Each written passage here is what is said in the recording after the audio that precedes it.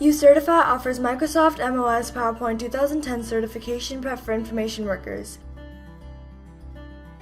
So start your prep for Microsoft MOS PowerPoint 2010 certification exam from today with UCertify. To be a Microsoft MOS PowerPoint 2010 certified professional, you will have to pass 77883 exam.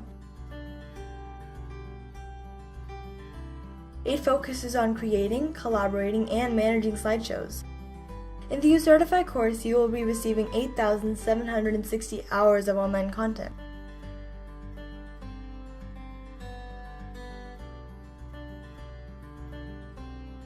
The labs have more than 61 video tutorials and 61 performance-based tasks to supplement training by stimulating real-world hardware, software, and command-line interface environments. Finally, once you've achieved a readiness score of 90% or more, you will receive the certificate of course completion from UCertify. Upon course completion, you will be able to create, collaborate, and deliver a slide presentation, apply transitions, animations, graphical, and multimedia elements, manage the PowerPoint environment. To explore more about the UCertify titles and their features, please visit ucertify.com.